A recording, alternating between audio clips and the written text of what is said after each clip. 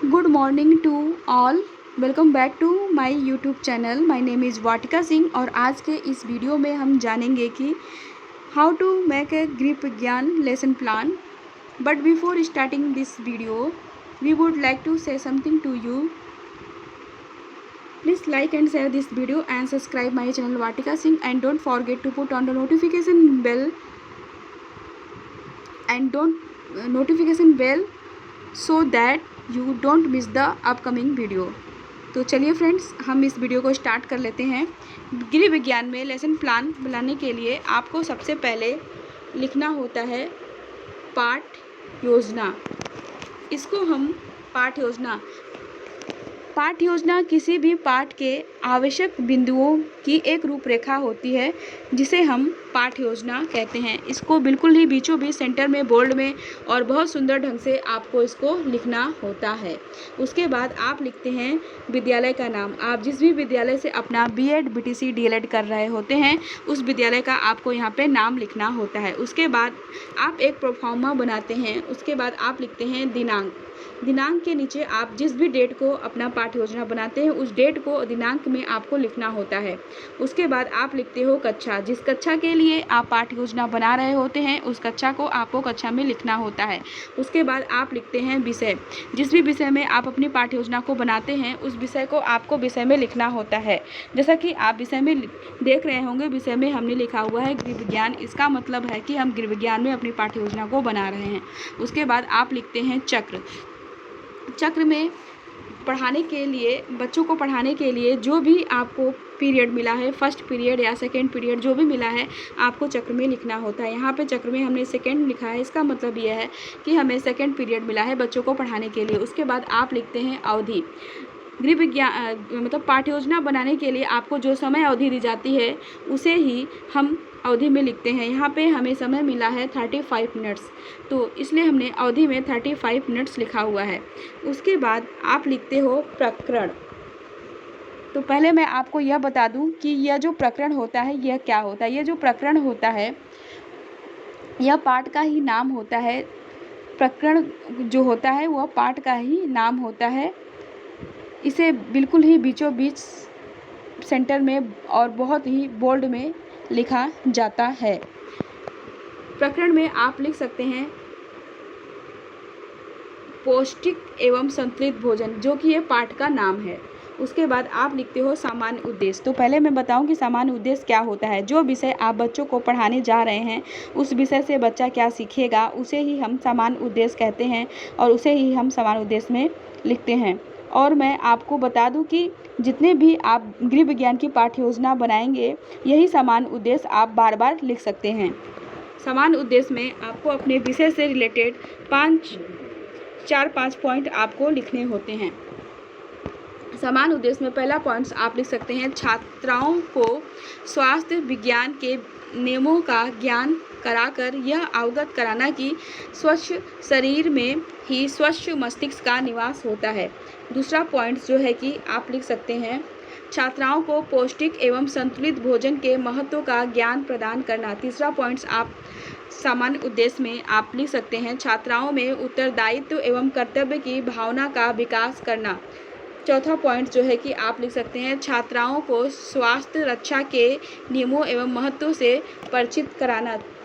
पांचवा पॉइंट जो है कि आप लिख सकते हैं छात्राओं को शरीर और स्वास्थ्य का ज्ञान देकर उनमें स्वस्थ रहने की क्षमता उत्पन्न करना। उसके बाद आप लिखते हैं विशिष्ट उद्देश्य। पहले तो मैं बताऊं कि ये विशिष्ट उद्देश्य क्या होते हैं। जो पाठ आप बच्चों को पढ़ाने जा रहे हैं उससे बच्चा क्या सीखेगा उसे ही हम विशिष्ट उद्देश्य कहते हैं। और ये विशिष्ट उद्देश्य 3 प्रकार के होते हैं। पहला होता है ज्ञानात्मक उद्देश्य, जिसमें कि आपको 2 पॉइंट्स लिखने होते हैं। दूसरा होता है बोधात्मक उद्देश्य, इसमें भी आपको 2 पॉइंट्स लिखने होते हैं। तीसरा होता है कौशलात्मक उद्देश्य, इसमें भी आपको 2 पॉइंट्स लिखने होते हैं।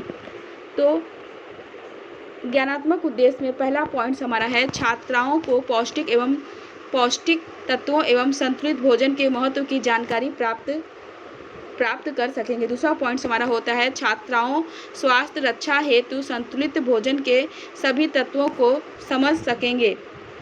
बोधात्मक उद्देश्य में पहला पॉइंट्स हमारा यहाँ पे है, छात्राओं में शरीर को स्वच्छ बनाए रखने के लिए भोजन के पौष्टिक तत्व एवं संतुलित भोजन का शरीर में क्या महत्व है नामक कौशल विकसित होगा। दूसरा पॉइंट्स हमारा यहाँ पे है, छात्राओं को शरीर को आकर्षित एवं स्वच्छ बनाए रखने की अभिरुचि उत्पन्न होगी। कौशलात्मक उद्देश्य में पहला पॉइंट्स हमारा यहाँ पे है, छात्राओं को पौष्टिक एवं संतुलित भोजन के प्रति जागरूक होकर एक स्वच्छ नागरिक बनने की अभिवृत्ति विकसित करेगी।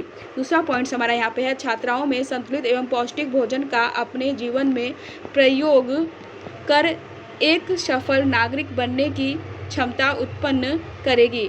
उसके बाद आप लिखते हैं सहायक सामग्री। तो पहले मैं बता दूं कि यह सहायक सामग्री क्या होता है।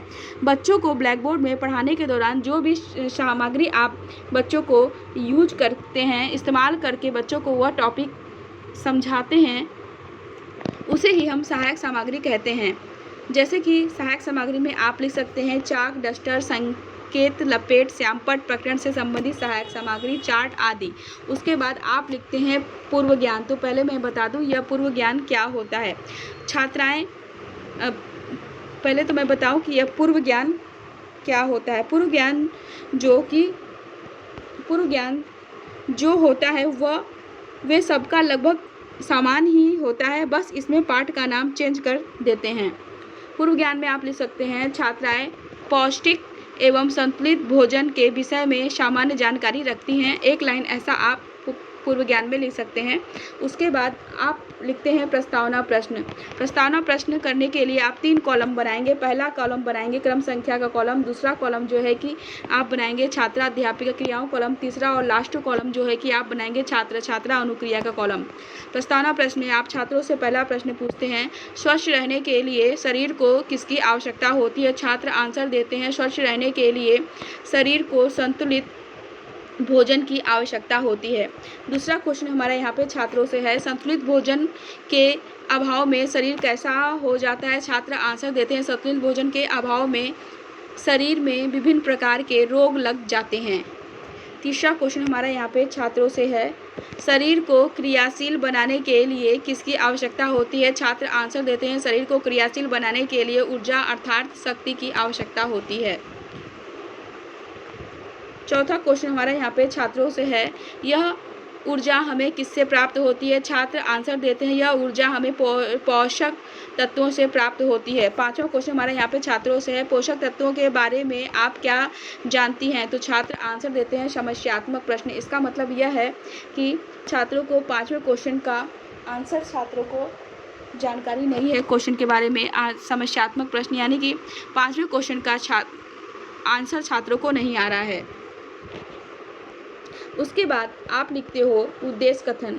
उद्देश्य कथन में आप लिख सकते हो, बच्चों आज हम पौष्टिक एवं संतुलित भोजन के विषय में अध्ययन करेंगे। उसके बाद आप लिखते हो प्रस्तुतिकरण।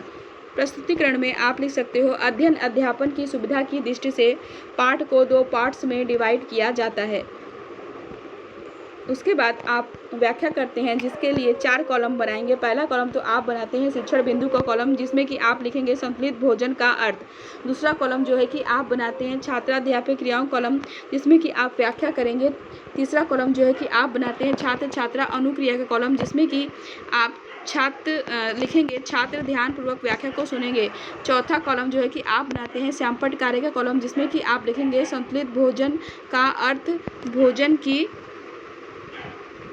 व्याख्या करने के बाद आप कुछ पॉइंट्स को श्यामपट्ट कार्य के कॉलम में आप लिखेंगे। तो अब हम व्याख्या करते हैं। मनुष्य के शरीर में भोजन ताप उत्पन्न करने का कार्य करता है। संतुलित भोजन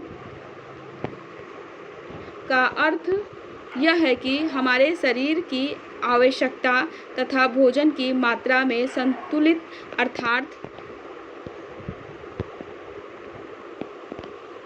अर्थात संतुलित भोजन वह भोजन है जिसमें भोजन के सभी तत्व उचित मात्रा में विद्यमान हो, जैसे प्रोटीन, वसा, कार्बोहाइड्रेट, खनिज, लवण, विटामिन तथा जल आदि। किसी भी एक तत्व की कमी होने से भोजन अपापचय हो सकता है तथा शरीर को रोगों का शिकार बना सकता है। संतुलित आहार में पर्याप्त कैलोरी पाई जाती है। वह भोजन जो मानव शरीर की आवश्यकताओं को पूरा करता है तथा जिसमें मनुष्य की आयु एवं कार्यों की दशाओं के अनुसार सभी तत्व, प्रोटीन, वसा तथा खनिज होते हैं, संतुलित आहार कहलाता है।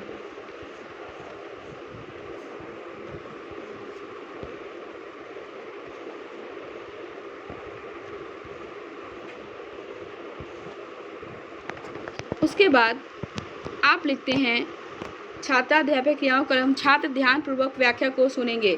श्यामपट्ट कार्य के कॉलम में आप व्याख्या करने के कुछ पॉइंट्स को लिखेंगे। जैसे कि पहला पॉइंट्स आप लिखेंगे संतुलित भोजन का अर्थ भोजन की मात्रा में संतुलन।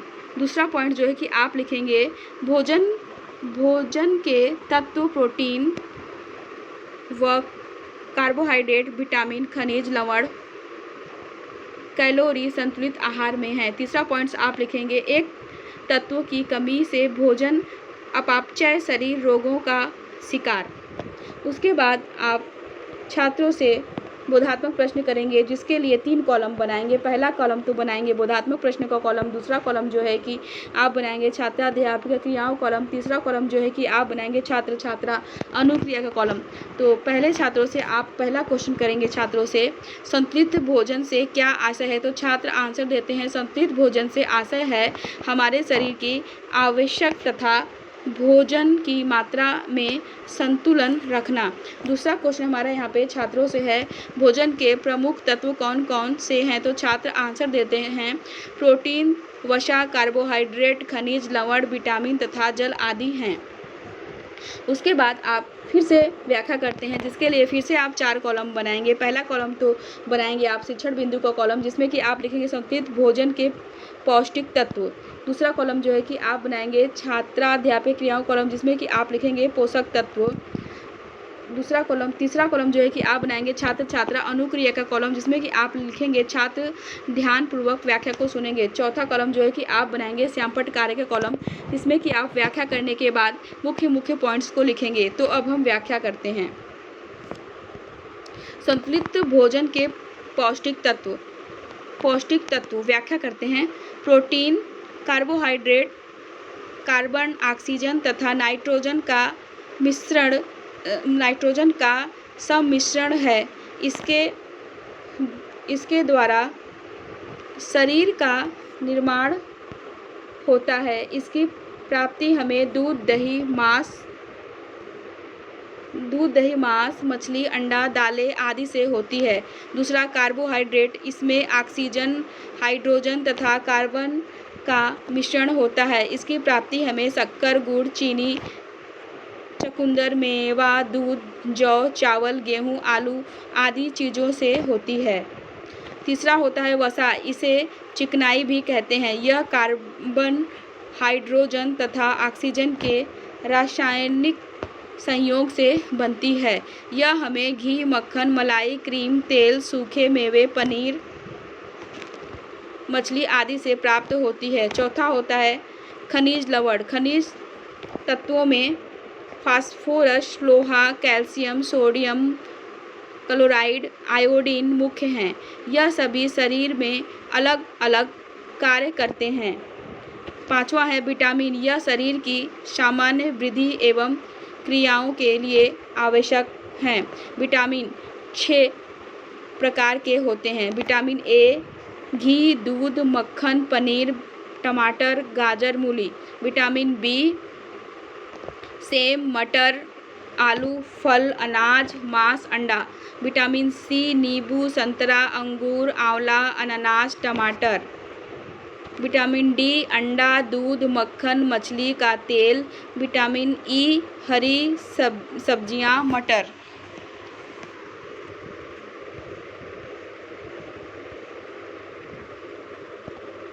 छात्र छात्रा अनुक्रिया के कॉलम में आप लिखेंगे छात्र ध्यान पूर्वक व्याख्या को सुनेंगे। श्यामपट्ट कार्य के कॉलम में आप व्याख्या करने वाले कुछ पॉइंट्स को लिखेंगे। जैसे कि आप लिखेंगे पोषक तत्व में लिखेंगे प्रोटीन, विटामिन, कार्बोहाइड्रेट, खनिज। वसा में vitamin A, B, C, D, K. Vitamin E, हरी विटामिन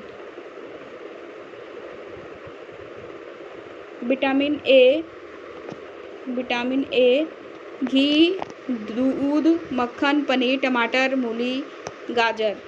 विटामिन बी, सेब, मटर, आलू, फल, अनाज, मांस, अंडा। विटामिन सी, नींबू, संतरा, अंगूर, आंवला, अनानास, टमाटर। विटामिन डी, अंडा, दूध, मक्खन, मछली का तेल। विटामिन ई, हरी सब्जियां, मटर, दूध, अनाज। विटामिन के, पालक, फूल गोभी, टमाटर। व्याख्या करने के बाद आप छात्रों से बोधात्मक प्रश्न करते हैं, जिसके लिए 3 कॉलम बनाएंगे। पहला कॉलम तो आप बनाते हैं बोधात्मक प्रश्न का कॉलम, दूसरा कॉलम जो है कि आप बनाएंगे छात्राध्यापक क्रियाओं कॉलम, तीसरा कॉलम जो है कि आप बनाएंगे छात्र छात्रा अनुक्रिया का कॉलम। बोधात्मक प्रश्न में पहला क्वेश्चन आप छात्रों से करेंगे, वसा को क्या कहते हैं? तो छात्र आंसर देंगे, वसा को चिकनाई भी कहते हैं। दूसरा क्वेश्चन जो है कि व्याख्या करने के बाद आप छात्रों से पूछेंगे, पोषक तत्वों के नाम बताइए। तो छात्र आंसर देंगे, प्रोटीन, वसा, कार्बोहाइड्रेट, खनिज, लवण, विटामिन आदि। व्याख्या करने के बाद आप छात्रों को गृहकार्य देंगे। गृहकार्य में आप लिखेंगे, बच्चों आप सभी लोग भोजन के मुख्य पोषक तत्वों की एक सूची घर से बनाकर लाइए और अपनी कक्षा में लगाइए। इस प्रकार आप गृह विज्ञान में पाठ्य योजना बना सकते हैं। इस पाठ्य योजना की लिंक हम डिस्क्रिप्शन बॉक्स में दे देंगे। अगर इस लिंक को ओपन करके आप पाठ्य योजना को पॉज करके भी देख सकते हैं। इसमें कोई भी दिक्कत होती है पाठ्य योजना में तो आप मुझसे कमेंट करके क्वेरी कर सकते हैं, मैं आपके पूछे गए आंसर को दूंगी। तो हम आपसे फिर से मिलते हैं अपने नेक्स्ट वीडियो में। Thank you for watching my video.